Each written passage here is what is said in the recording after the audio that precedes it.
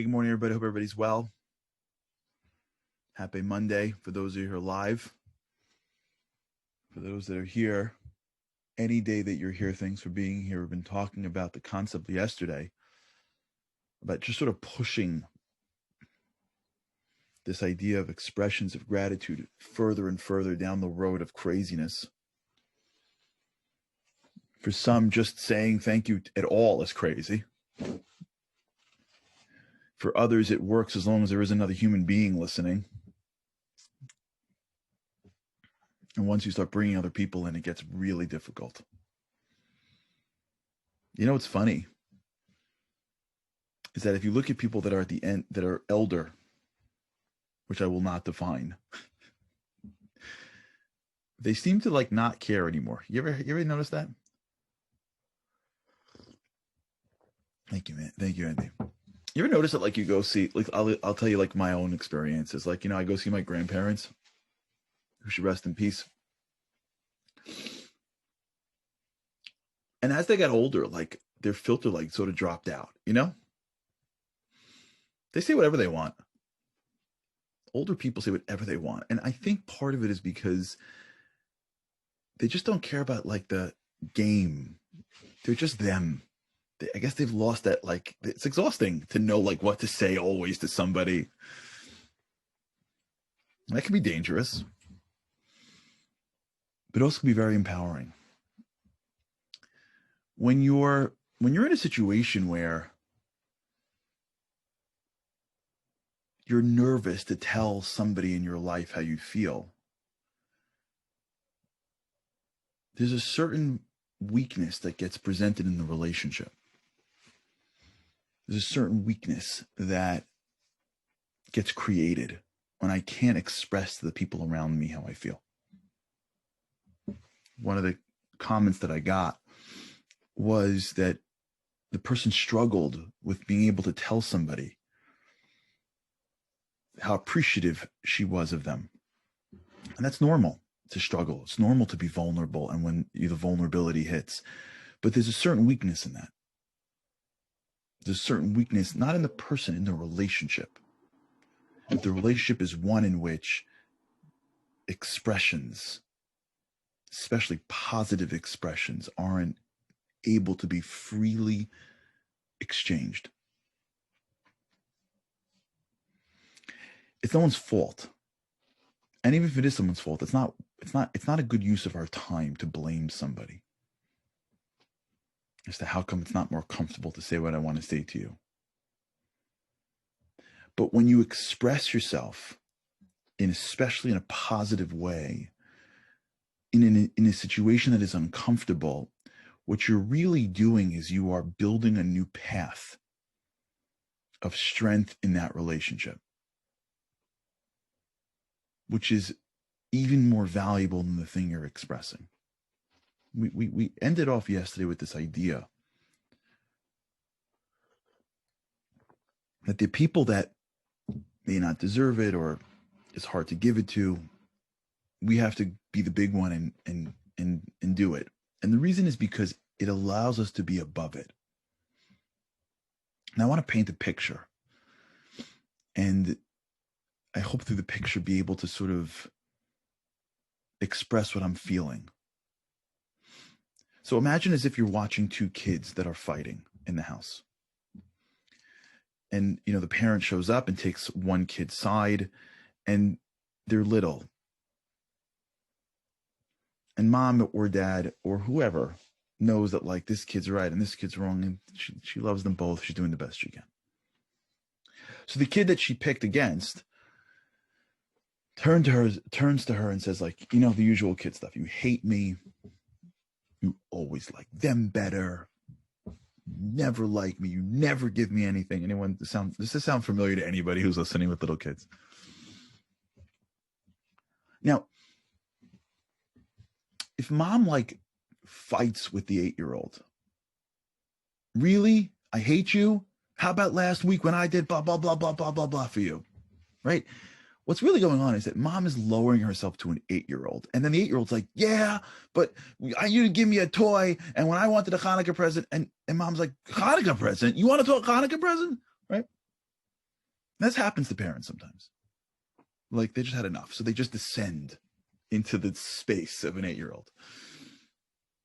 And they just fight. But they're adults. So like they just fight better than 8-year-olds. But like it doesn't matter. The 8-year-old's not like, oh, you're right. 2 years ago when I was 6 and I was sick all night, you were there for me. My bad. I really should have remembered that. Yeah, you're right, Ma. You know what? You really do take care of me, and thanks. They're 8. You're never gonna win. You're never gonna win in an 8-year-old conversation. They don't have that memory. They don't have the emotional capacity to admit fault in their own thinking. Like they're 8. The mom loses the minute she descends into that conversation. The minute she starts going, what? That's it. She delves in as she hits the ground and she starts going eye to eye with the 8-year-old. And can I tell you something off the record or on the record? In many cases, I'm not talking about 8-year-olds. I'm talking about 15-year-olds sometimes. Like, you know what I'm saying? Like this doesn't like end at 8. There are plenty of conversations happening right now in a home of a teenage child. And as soon as parents delve into that conversation, they're going one-on-one with that teenage kid. There's no way out. They lose every single time. They lose every single time because the other party is not, especially teenagers go through so much. We should have a show just on teenagers, especially when they're younger, when they hit like 13, 14. There's so much happening in that mind, so much happening in that world. You forget what it was like to be a teenager. It's such a complicated time in people's lives. Right, Jennifer? That fight. As soon as mom or dad descend into that world and start playing mom and dad stuff, you don't give me respect. When I was there for you, you can't just call. Right? Anyone with this? The issue is that when you're engaging in somebody who is not emotionally as evolved as you, the conversation cannot advance because in the level of a real conversation needs to be a parity of emotional maturity. Right? If I am supposed to be emotionally mature and you're still growing up and you're emotionally less mature and we go head to head in a conversation, most likely it's not going to go because we don't have the same emotional maturity to actually have a conversation. That's why it's supposed to be that adults can converse in a certain way because we're supposed to evolve emotionally. We're supposed to be able throughout our lives to understand things like, long-term thinking. We're supposed to use our prefrontal cortex a lot more than our limbic system. We understand consequence. We have history and experience of what happens when you say this to this person and what happens. Usually when you get married, you're supposed to pay attention. When I say this to her, it doesn't end well, even if I'm right. When I say this to him, he doesn't seem to get it, even if I'm right. An adult's supposed to pick up on these things. And so when you have conversations, you have them more strategically. You have them with people that can handle it. And when you have conversations with especially children that just aren't there yet, it makes total sense to you. You ever have this? You ever sit with a kid and have a real heart-to-heart? Right? You ever do this? Kid struggling with something. And you have a whole heart-to-heart with them. And then you get up after whatever. And then the next day they ask you the exact same question. You're like, wait, did we just not, was I dreaming that? Did we just not talk about this? Didn't we just deal with this last week and you're still going through the same, hello? So what happens many times is that you're supposed to give guidance, of course, but what happens many times is that what the person with the emotional maturities really needs is a role model. It's not someone to win the fight. It's someone to model how one fights. What the teenager needs is not someone to show them that they're wrong. What the teenager needs is someone to show them how one acts when they're in a situation like this. And when we model the behavior of conflict and tension, we may lose a whole bunch of fights. But subconsciously, what they're seeing and being exposed to is a behavior that's creating an impression, right? Because remember, our minds are neuroplastic, and what changes us is our exposure. So when we're exposed to something, it changes who we are. I was having this thought with myself the other day. Share with you. I share with you everything. What don't I tell you? I wanted something, and I was upset at myself for wanting something. I wanted to win at something, and I was mad at myself. I spent like a period of time thinking about like where does this come from? And it comes from my exposure. When you grow up in a world where you watch things, it paints a picture of success. And even if you know that's not real success, it doesn't matter. You have exposure to something so often, it just feels like that's what you want. When you're exposed to people, you start to behave like them, not because it's right or wrong, it's because that's what you know. That's what feels normal. You say lines that they say. You act the way they act. You do things the way they do things because that's what you see. And what you see gets put into your neuroplastic connections, and that's what feels like you. So when you engage and descend into conflict with people that are emotionally more immature than you, what you're doing is not winning fights. You're losing the war. That kid may feel bad about doing that thing, but the kid now remembers that whenever there's a problem, the way we deal with it is we yell. So you won. You outplayed your 7-year-old. You raised your voice, got them to bed. Now, sometimes you have no choice. I get it. But you raised your voice, and they did the wrong thing, and they colored on the walls, or they spilled the thing, or they hit their sister, whatever. And when we yell, we win. But in their little brains, there's one little connection that says whenever you're upset, you're supposed to yell. Keep it up for 10 years, and yeah, we lose the war. So the way we deal with it is we start to ask ourselves, what's the behavior I want that person to experience and to feel normal? And I'm just going to do that. Now, if I'm a pushover and the kid becomes a spoiled brat, I got to deal with that, right? I have to teach people how to say thank you. I got to teach my teenager. Okay. But I got to do it in a way that models the behavior I want them to have, even if it takes them a decade to get it. This isn't just parents. This is friends. These are teachers, influencers, because we have no idea when connections make. We don't know if you're sitting in front of a classroom and you're having an impression on people's minds, even though they only had you for one semester. We have no idea if you're just a friend talking on the phone with another friend, and that friend is learning from you something. This isn't just a relation between parent and child. This is the relation between human and human.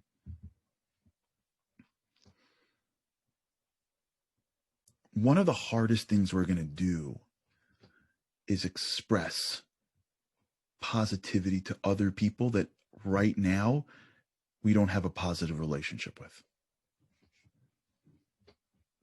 We're taking this to the next level, right? We've been doing this for a while for those who are joining us for the first time. Gratitude in our minds, gratitude in our thoughts, gratitude towards God, gratitude towards each other, right? We're getting further into the world of the Navy SEALs.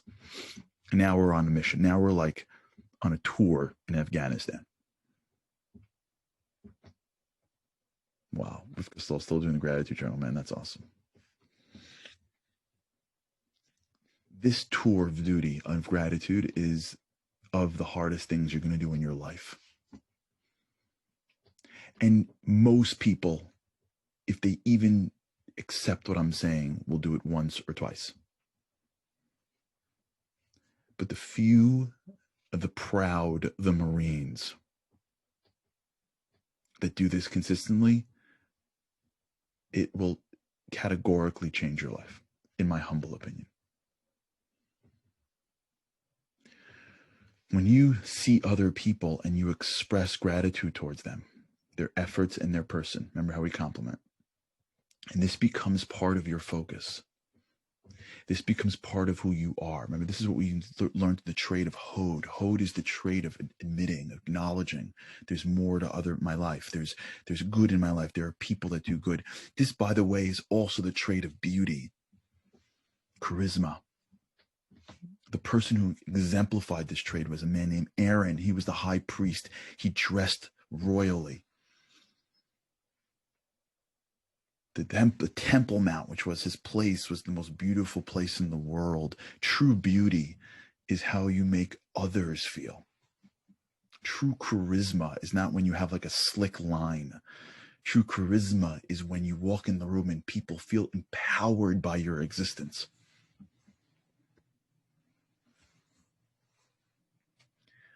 The ability to see greatness in other people and express it is super hard. And to express it to people that will appreciate it is hard in itself.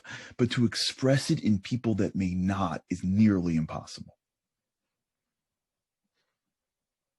To descend, if you will, into the relationships that you have, in which you are talking to people that may be emotionally more immature.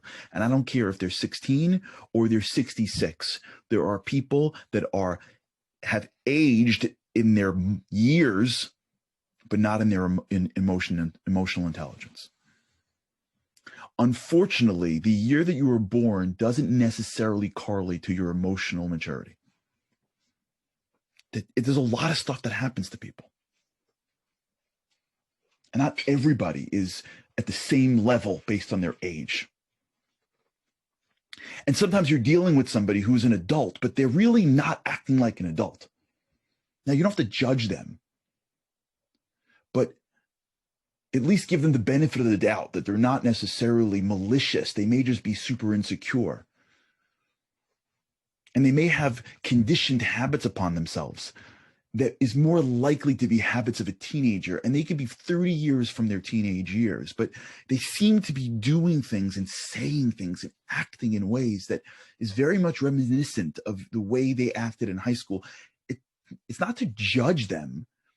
It's just to be aware that when you're talking to people, not everybody is exactly the same emotionally. And sometimes the greatest gift you can give to people is to model what a conversation is supposed to look like. You're supposed to wake up in the morning and compliment people. You're supposed to see people in the morning and smile at people. You're supposed to leave the day and be nice. You're supposed to do certain things. That's what an emotionally mature person does. You're supposed to bite your tongue when you want to say something negative until you've thought it through. You're not supposed to fly off the handle because you're having a bad day. When you see somebody doing something, you're supposed to express gratitude to somebody. It doesn't matter if they're standing behind a counter or they're standing behind they're standing on a throne. They're a human being. You're not supposed to treat people like they're nobodies just because like they're cleaning up after you. That's the way an emotionally mature person acts. And sometimes the greatest thing we can do in our lives is to see ourselves at that level, to play at a higher level of emotional maturity, and then to express the gratitude and the positivity for everybody around us, even if those people are not going to make it back, because we know that the greatest thing we can do is to role model it. And even if we don't get it back, we're doing something good for the person. Even if they grunt back to us. Even if they feel weird from us saying thank you or us complimenting them, even if our positivity gets no response or a negative response, just knowing that we can bring positivity to show somebody else a way in which they can model their own positivity, that could be the greatest gift you give somebody, and you may not even see it. That's stepping above the conversation with the 8-year-old and seeing when the 8-year-old goes, I hate you, nodding, going, sure you do, honey. Sure you do. Okay, honey, I'm sorry. And being in total control. Because you're not going to let an 8-year-old get to you. We got to talk about this more, but I got to tell you something. There are a lot of people out there that are suffering because around them are 1 or 2 people that are 8 years old, even though they're in bodies that are older. And they let them get to them. The way out is by just bringing them positivity. Okay, we got to go. We got to talk about this. We'll continue with God's help on this issue because this thing could save us, in my humble opinion. What do I know? This thing could save us from a lot of, in Hebrew it's called agmas nefesh, a lot of personal anguish. All right. Have an awesome day. Make it awesome. Make it awesome. Shine your light, man. Shine your light, everybody. Have an awesome day. And with God's help, I cannot wait to see you again tomorrow.